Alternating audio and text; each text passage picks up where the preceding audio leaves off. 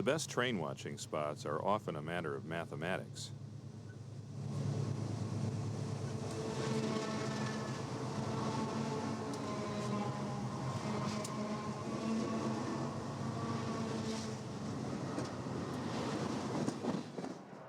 Start with the number of trains you can expect to see in a day. For most rail fans, heavy tonnage freight action is a plus. Factor in the railroad surroundings. For most rail fans, mountain scenery will score higher than, say, an urban neighborhood in transition.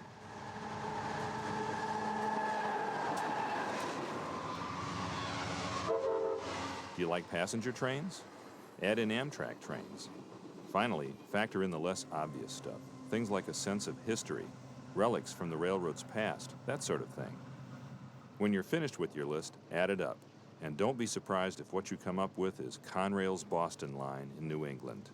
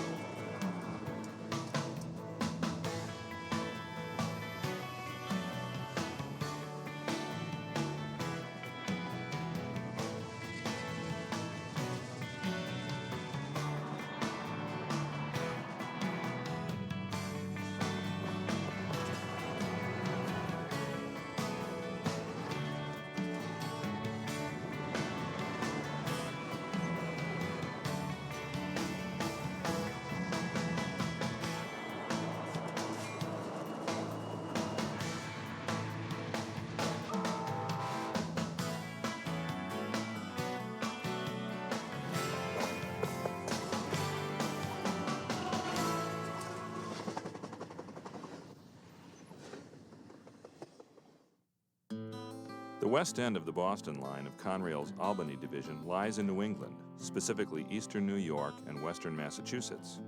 Our story starts at Conrail's Selkirk Yard, the confluence of the Chicago line to the west, the Hudson and River lines to the south, and the Boston line to the east. At SK Interlocking, the Boston line splits from the River line and follows the Castleton Cutoff across the Hudson River. Eastbound trains travel another 23 miles or so through Chatham and Canaan, New York, before plunging through the State Line Tunnel into Massachusetts.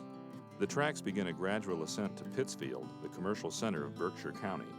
Heading south and east, the Boston line tops the Berkshire Range at Washington Hill, then drops downgrade to the old helper station of Chester.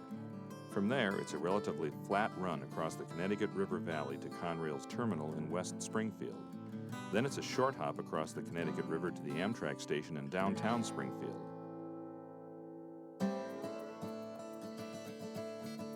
New York's tectonic mountain range was already 150 million years old when Boston line predecessor Boston and Worcester opened for business in 1835. The Western Railroad built a route west from Worcester to Springfield in 1840, then crossed the Berkshires to the east bank of the Hudson River near Albany, New York in 1841. 6 years later, the two roads merged and became the Boston and Albany. The B&A's principal connection was the New York Central at Albany. New York Central's lease of the B&A in 1900 spawned an era of physical plant improvements, including a line relocation that eased operations on the east slope of Washington Hill. True to its independent Yankee origins, B&A kept more of its own identity than other NYC subsidiaries. Until 1951, its locomotives and cars were lettered Boston and Albany rather than New York Central lines, mainly to appeal to local sensitivities. B&A's steam power was basically of NYC appearance, but with a few distinctive features such as square sand domes and offset smokebox doors. Unlike the water level route that New York Central touted between New York and Chicago, B&A's mountain territory called for heavy power. The most significant example was its 284 Berkshire steam engines, named for the mountains the railroad crested over Washington Hill. The Berkshires were Lima's design, derived from H-10 282s that Lima designed and built for NYC. They were strictly freight engines with 63-inch drivers that sacrificed the higher speeds required for passenger service for more tractive effort. The Berk classes encompassed a number of variations, including Alesco feedwater heaters, articulated trailing trucks, and coffin feedwater heaters concealed in the smokebox, as well as full-length frames. Diesels came to the B&A in 1951. As Alco FA diesels displaced B&A steam, the B&A name vanished from the flanks of its locomotives. With little fanfare, the New York Central finally merged the B&A in 1961. Like the B&A, Conrail is the sum of several railroads. In the early 1970s, a handful of roads struggled to survive in the northeastern United States. The biggest one, Penn Central, was the product of a 1968 merger between the New York Central and its rival, the Pennsylvania Railroad. At the end of 1968, PC folded in the New York, New Haven, and Hartford Railroad, otherwise known as the New Haven. In 1970, PC crashed into bankruptcy. At that time, it was the largest bankruptcy in the history of American business. Penn Central's main competitor for traffic moving between New York and Chicago was Erie-Lackawanna. Like Penn Central, EL was the result of a 1960 merger between two former rivals, the Erie and the Delaware-Lackawanna and Western. Unfortunately, the merger failed to reverse the years of deficit operations that had plagued both merger partners. The final blow came in 1972 when Hurricane Agnes hit the Northeast. It knocked out the beleaguered EL, which then declared bankruptcy. Conrail's other components were the so-called anthracite roads, those traditionally associated with the mining and hauling of hard coal. The Central Railroad of New Jersey was opened in 1852 between Elizabeth and Phillipsburg, New Jersey. 7 years later, it expanded into Pennsylvania. The CNJ came under the control of another anthracite road, the Reading Company, in 1901. The Reading's roots go back to 1833 with the charter of the Philadelphia and Reading Railroad. A strong traffic base in anthracite coal offset the low profits from short-haul freight and suburban passenger trains. And its main line between Allentown and Harrisburg bypassed congested urban terminals in Philadelphia, Baltimore, and Washington. The Lehigh Valley's earliest ancestor was incorporated in 1846 to haul anthracite from what is now Jim Thorpe to Easton, Pennsylvania. In 1929, the railroad operated more than 1,300 miles of track between Buffalo and New York. The road came under the control of the Pennsylvania in 1962, the first step toward Lehigh Valley's eventual consolidation with Conrail.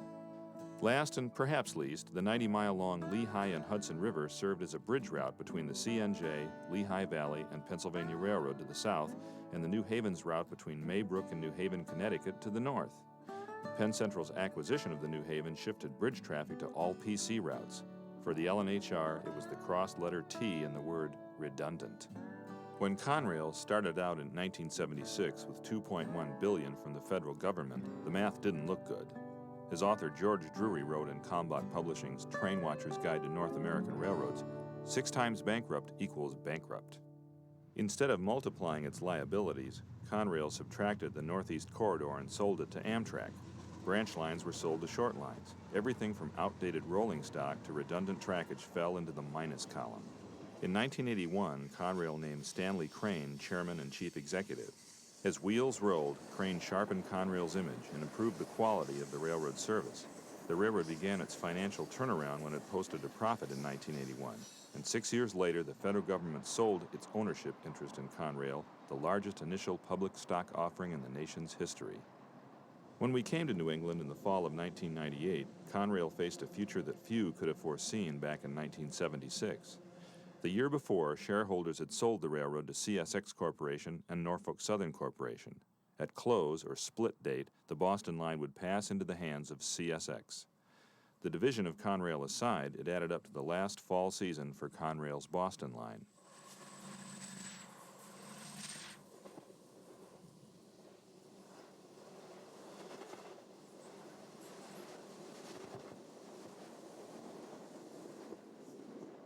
Rare or unique locomotives tend to multiply our interest in certain railroads or regions. Case in point, the 28 SD-80 Max that Conrail uses almost exclusively on the Boston line.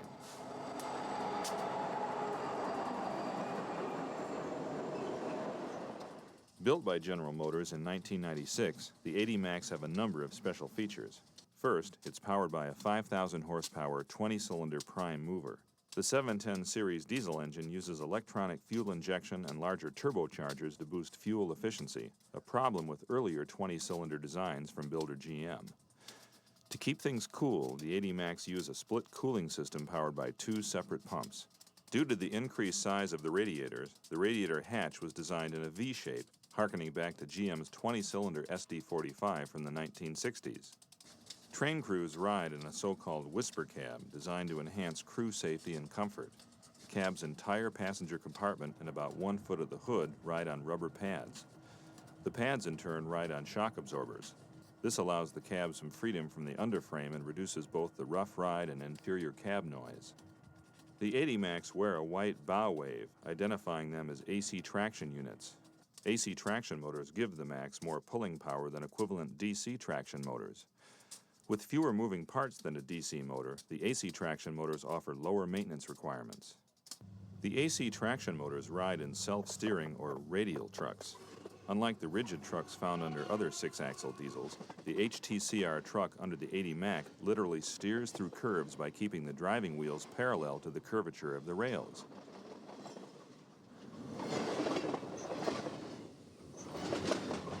The other 6-motor units you'll see on the Boston line are C30-7As built by GM rival General Electric. They pack a 3,000 horsepower diesel engine that uses 12 cylinders, 4 less than the engine found in other C30s. At the other end of the scale are Conrail's B23-7s. The 23 stands for the 2,250 horsepower generated by the B23's 12-cylinder engine. The B stands for the unit's 4-axle trucks, in this case a pair of AAR Type B road trucks. Locals on the west end of the Boston line regularly draw B23s. Conrail even likes them enough to paint them in the newer Conrail quality paint scheme.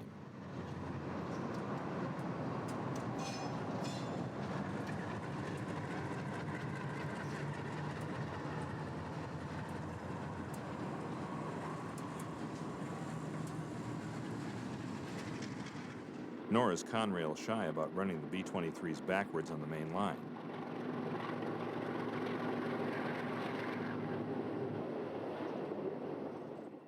Just like the old road switchers used by the B&A in the 1950s. The rounded cab contour of the -7 locomotive contrasts sharply with the angled lines of Amtrak's F40s. Introduced by GM in 1976, the F40 uses a 16-cylinder 645-type diesel engine to turn out 3,000 horsepower. It rides on a pair of 4-axle Blomberg road trucks, essentially the same truck introduced by GM in the 1940s. The ranks of Amtrak's F40s have been reduced in recent years by new P40 diesels built by GE. Dubbed Genesis units, the 4-motor P40s turn out 4,000 horsepower. A handful use a third-rail shoe that allows them to operate in third-rail electric territory between Croton-Harmon and New York. The rest of the P40 fleet are diesel electrics equipped with GE's sturdy DC traction motor.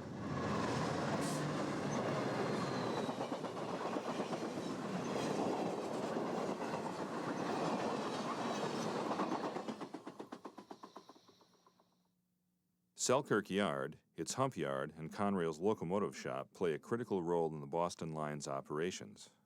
With the exception of auto and intermodal traffic, all Conrail freight moving to and from New England gets blocked at Selkirk. The yard assembles cars from various customers in New England into blocks headed for individual destinations. The blocks are then combined into trains for the long haul west to Cleveland, Chicago, and beyond. Switching chores at the east end of Selkirk belong to GE C30s.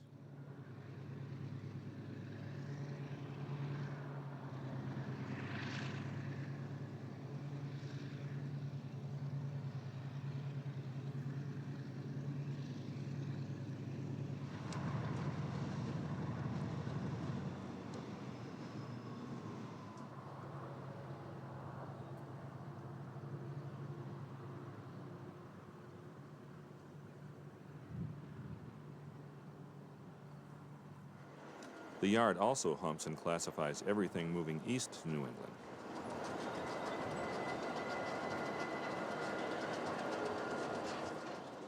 Hump power at Selkirk consists of a single GM-built SD38 and a yard slug rebuilt from a retired Alco diesel and outfitted with 6-motor EMD Flexicoil trucks.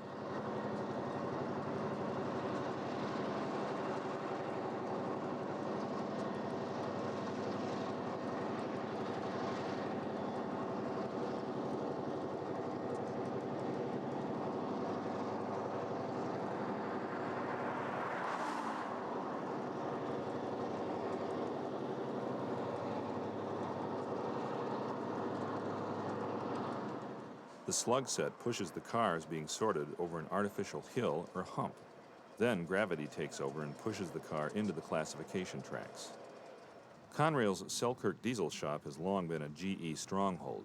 It's a place where the mechanics and electricians understand four-cycle engines and 752 traction motors. When it comes to scenic beauty, SK interlocking falls far short of Conrail's crossing of the Berkshires.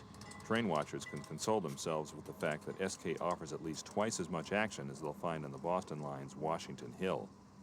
The two tracks swinging off to the left are Conrail's River Line, the Old West Shore Line. They follow the west bank of the Hudson River to reach terminals in downstate New York and New Jersey. At the time of our visit to the Boston Line, Conrail was in the middle of rebuilding SK. The installation of several new power switches promised to improve traffic flow through the busy interlocking. Also under construction was a new track that would allow traffic moving between New York and Boston to bypass Selkirk Yard by moving directly between the river and Boston lines. The construction at SK doesn't seem to bother this eastbound Boston Line train. Then again, it's almost 5 o'clock. Most of the track and signal department people are gone for the day. When they return tomorrow, maintenance windows will limit the amount of trains that can pass over these tracks. Like a stone dropped into a pool of water, the construction will cause a ripple effect that we'll feel later on.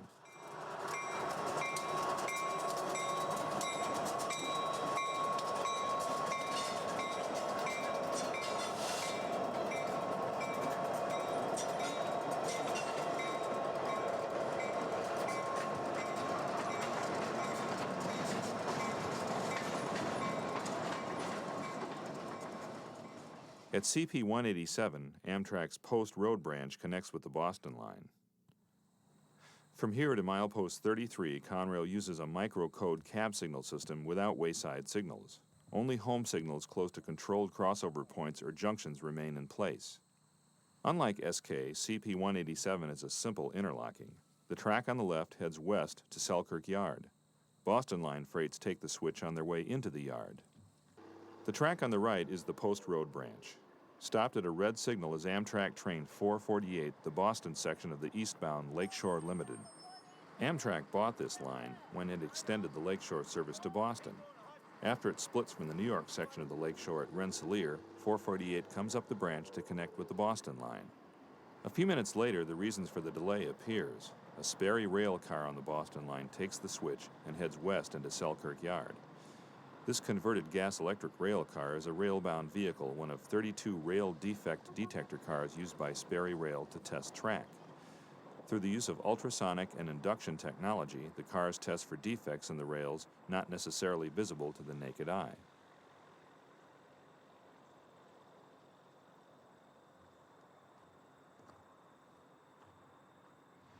After the Sperry rail car clears the interlocking, the Berkshire dispatcher reverses the switch for Amtrak.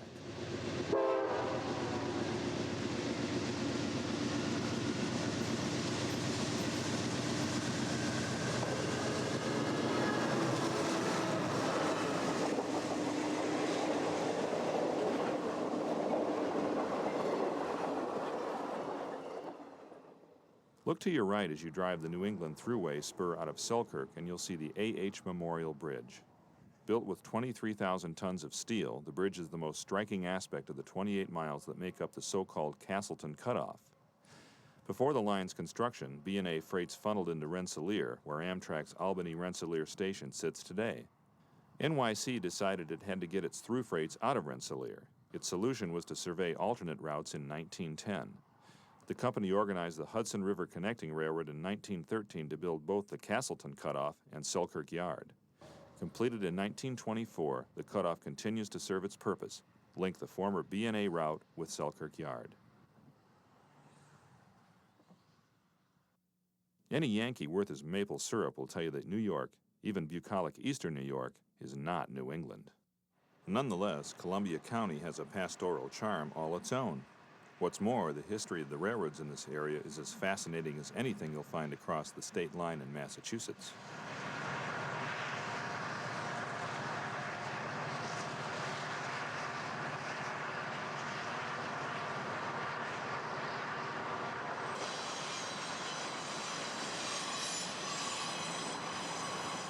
Take Chatham, for example.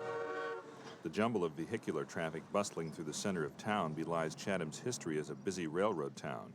In the heyday of the railroad before World War I, the town hosted passenger trains of the B&A, New York Central's Harlem Division, and the Rutland.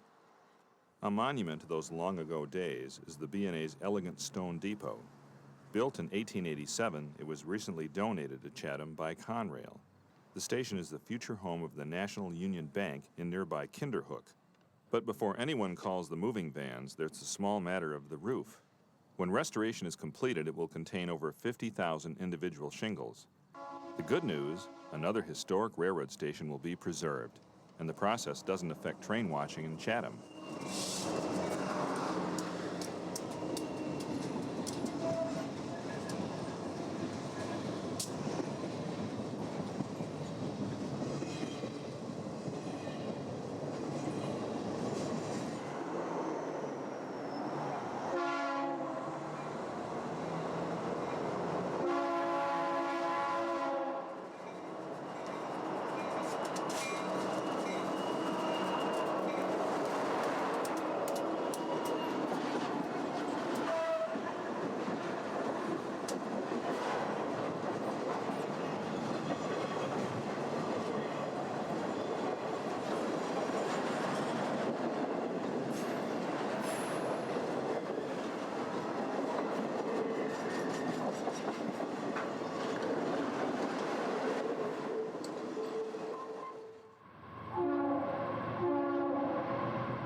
When photographers add up the benefits of a great train watching spot, curves score high.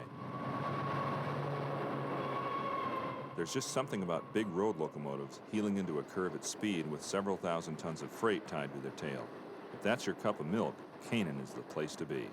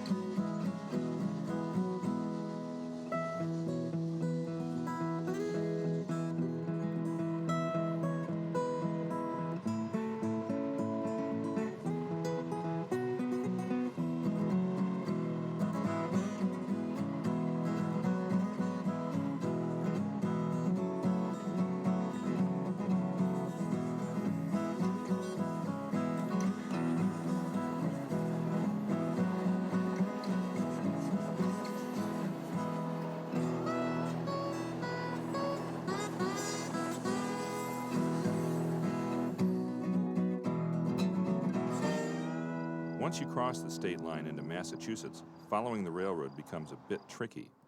A few roads parallel the Conrail main line, such as US 20 in Huntington, a few miles west of Springfield.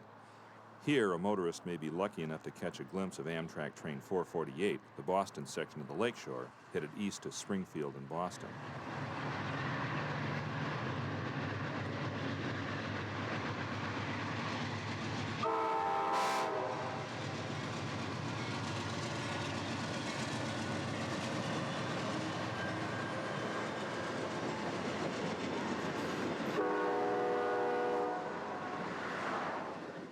But in most of New England, the roads don't generally follow the railroads.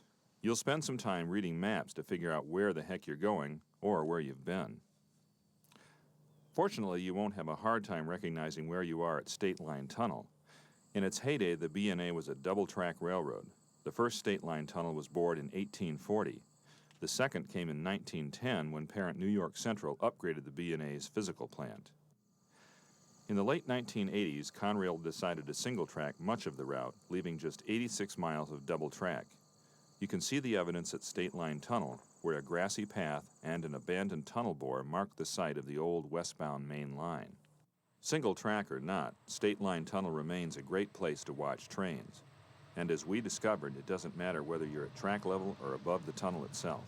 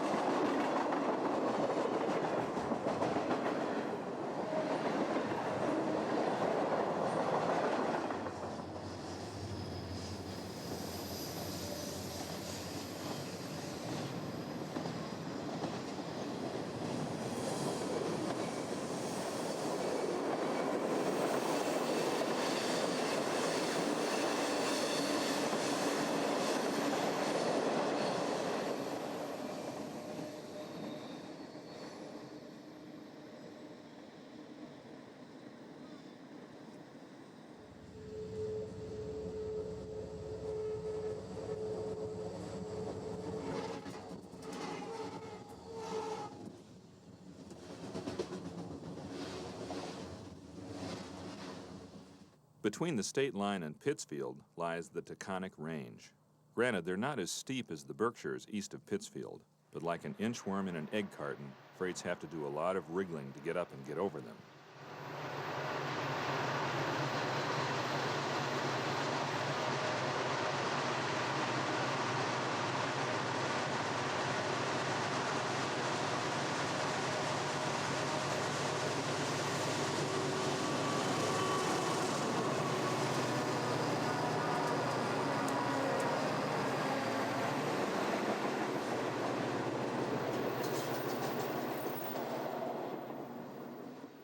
Founded in 1761, Pittsfield is the commercial, political, and social center of the Berkshires. The county seat since 1868, Pittsfield is the largest community in the Berkshires and serves as the region's industrial manufacturing center. When we showed up in Pittsfield, we thought we'd spotted a Conrail unit still wearing red and yellow and green.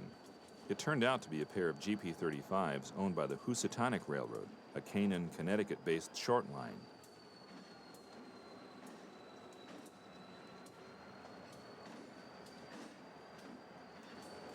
In January 1993, the railroad purchased much of Conrail's remaining trackage in Connecticut. The Housatonic reestablished through service on the old New Haven route between Danbury and Pittsfield. As a result, CP 150 is the Housatonic's primary interchange point with Conrail. Interchange isn't the only activity you'll find in Pittsfield. The Boston line goes from single track to double track for the climb over Washington Hill. No wonder CP 150 is a convenient place for the Berkshire dispatcher to meet trains.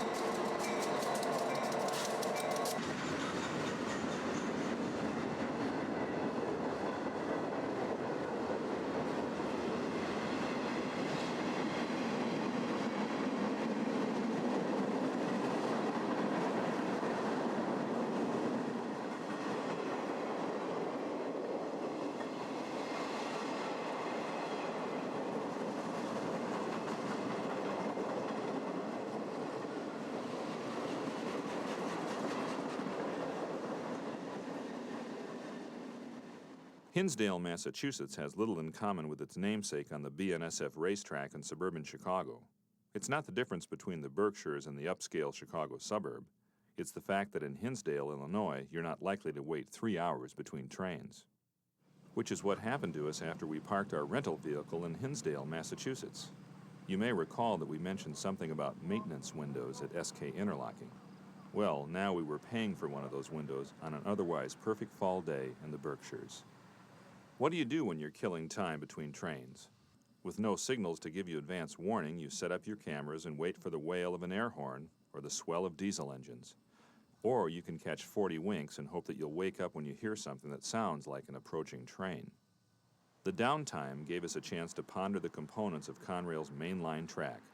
Rail is designed to be laid out end-to-end in 2 parallel lines to form a track for railway rolling stock. Ties are the crossmember to which the rails are attached. Early railroads sometimes mounted their cast iron or wrought iron rails on stone blocks bedded firmly in the ground. Wood ties were better. They held the rail in gauge, uniformly distributing the load to the ballast. At the same time, they provide enough flexibility to cushion the impact of the wheels on the rails. Wood ties also lend themselves to the simplest method of fastening the rail to the spikes. Geometry, not spikes, keeps the track structure from falling apart. The rail remains upright and in place because the wheel forces acting on it are mostly shifting downward rather than sideward. Spikes simply hold tie plates in place, which keeps the rails from shifting sideways. The tie plate's shoulders then keep the rail from sliding. Rail also tends to move sideways, or creep. To prevent the track from sliding out of gauge and causing a derailment or a wreck, Conrail uses rail anchors to restrain rail motion. Even the Boston Line's well-maintained track is less than rigid. A passing freight train reveals a wave of deflection moving along under each axle.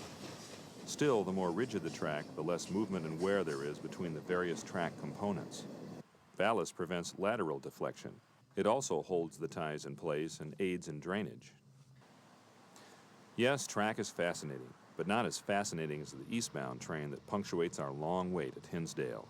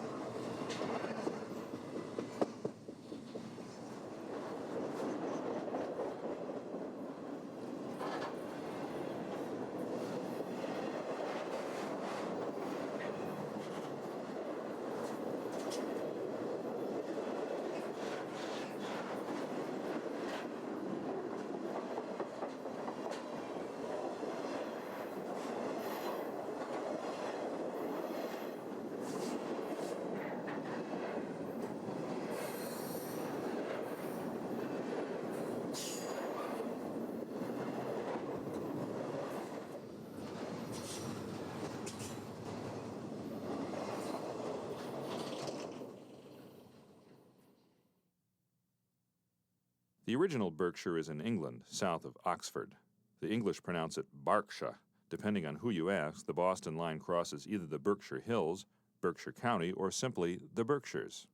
The name of the mountains may be open to interpretation, but not the severity of the railroad grade that crosses them. On the east slope, the railroad faces a 1.65% ruling grade. With a ruling grade of 1.38%, the west slope isn't much more forgiving.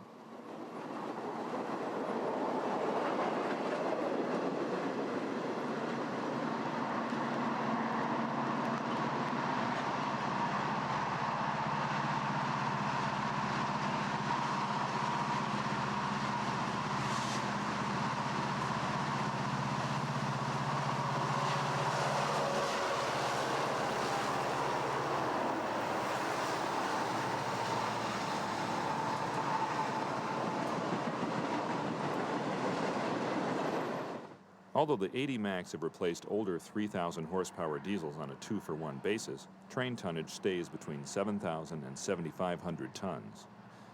Whether there's more power available or not, 7,500 tons is the limit to what the grades and tight curves of Washington Hill will tolerate.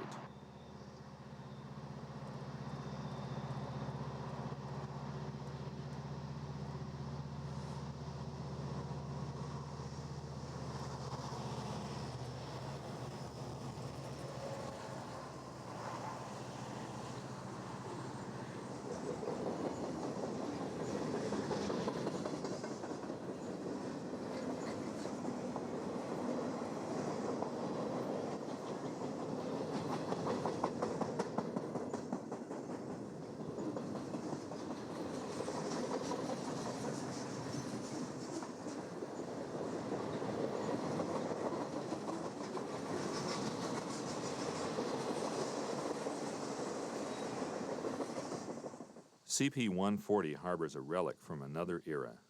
This concrete milepost marker is typical of New York Central's physical plant. A few concrete whistle posts also survive on the Boston line. They're likely to remain in place until a track machine accidentally breaks them or knocks them down. Like their counterparts at CP-187, these signals survive to guard a controlled crossover point. They mark the location of a set of crossovers 2.5 miles from the summit of Washington Hill. They also give advance notice of an approaching train, a blessing for train watchers on the Boston line. Even if you subtract the milepost marker and the signals, Washington Hill adds up to a great place to watch trains.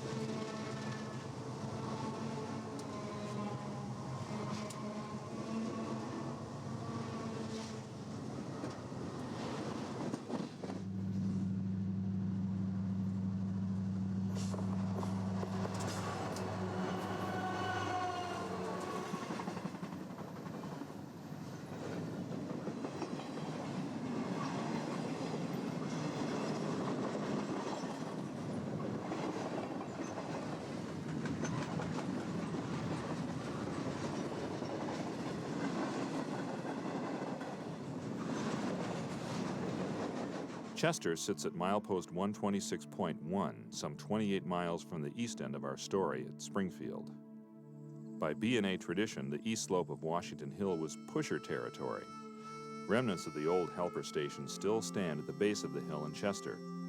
It isn't hard to imagine B&A steam engines catching their breath at the roundhouse after a long day pushing westbound freights up the hill. How many times did the hinges on those wooden doors creak open to allow weary B&A Mikados inside? What did the August sun feel like on the face of the hostler who glanced up at the windows above the stalls? And who would have believed that the cinders and the coal dust would give way to wildflowers and weeds? Even more impressive is Chester's concrete coaling tower. It may be a taxable asset or an insurance liability, but Conrail seems to be in no hurry to tear it down. We won't delude ourselves into thinking that the railroad left it here as a dramatic monument to the B&A's steam era. We'll settle for the fact that it helps identify Chester in photos and videos, and it makes a heck of a backdrop for eastbound trains.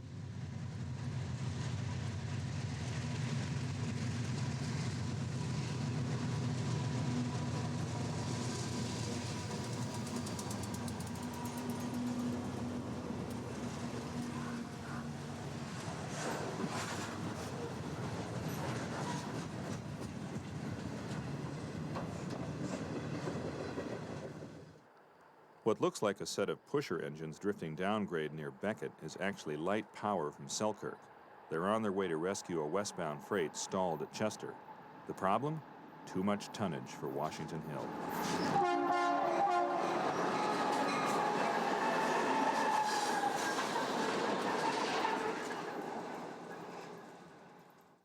"1.6 miles and the Connecticut River separate Springfield from West Springfield, the location of Conrail's terminal. B-23 diesels belong to West Springfield the way 6-motor C-30s belong to Selkirk Yard. Unlike the C-30s, the 4-motor B-23s do both switching and local service. Back-to-back B-23s generally power the local freights that originate and terminate at West Springfield Terminal. Many of the cars here were delivered on train SESP, Conrail's code for Selkirk to West Springfield trains. SESP and counterpart SPSE hauls tonnage to and from local customers, the Housatonic and other short lines in Berkshire County, and the last of Conrail's Connecticut traffic.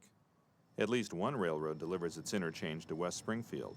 Regional railroad Guilford Transportation enters the east end of the terminal after crossing the Connecticut River from Springfield.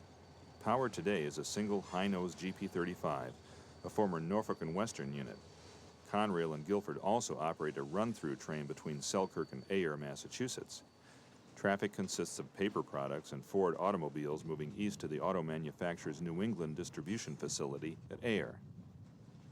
One thing West Springfield and Selkirk have in common is good old-fashioned flat switching. B-23 number 1959 pulls a cut of cars from the middle of the yards. The next track over, a switchman stands by a tank car, waiting for the switcher to shove back and couple on.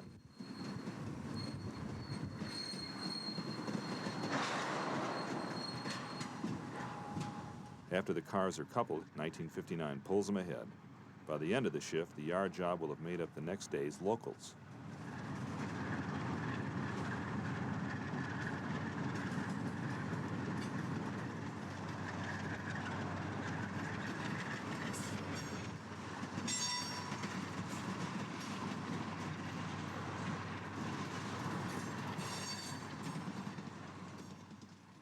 You won't find much switching across the river at the Amtrak station in Springfield, but that wasn't the case when the depot was served by the B&A, the New Haven, and Guilford predecessor Boston and Maine.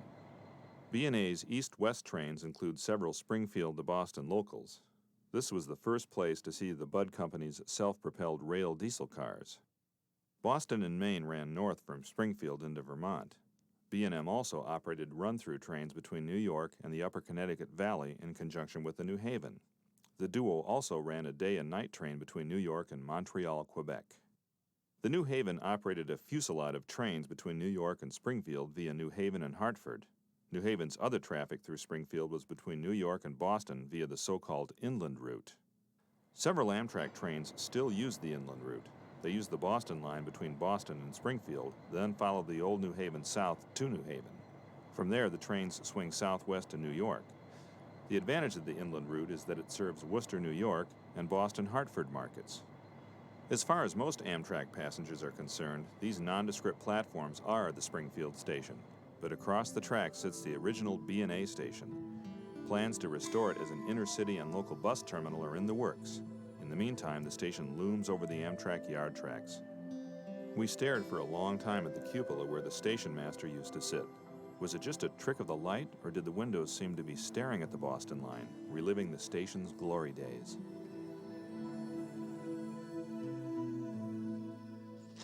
Mathematics don't allow for subjectivity, let alone emotion. But rail fanning is a hobby, not a science. For some, it's little more than a pastime. For others, a passion. Conrail's a for-profit business, but being a fan of Conrail is another matter. As rail fans, we have every right to our feelings and opinions about the fate of the railroad. Songwriter Paul Simon once wrote, "Preserve your memories, they're all that's left you, and we'll forever cherish our memories of fallen New England and Conrail's Boston line."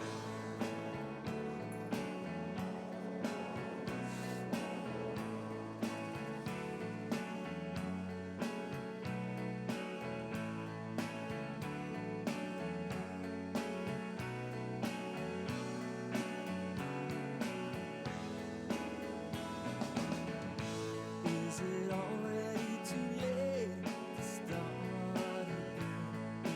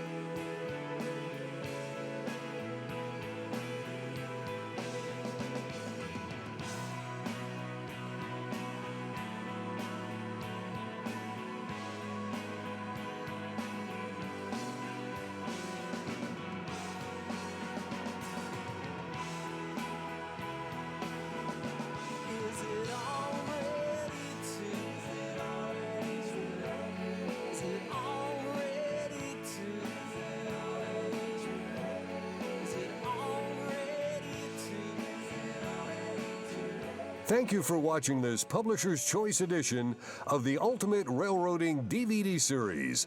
We hope you look forward to future Publisher's Choice DVDs as together we rediscover the past, enjoy the present, and look to the future of the world of trains around us.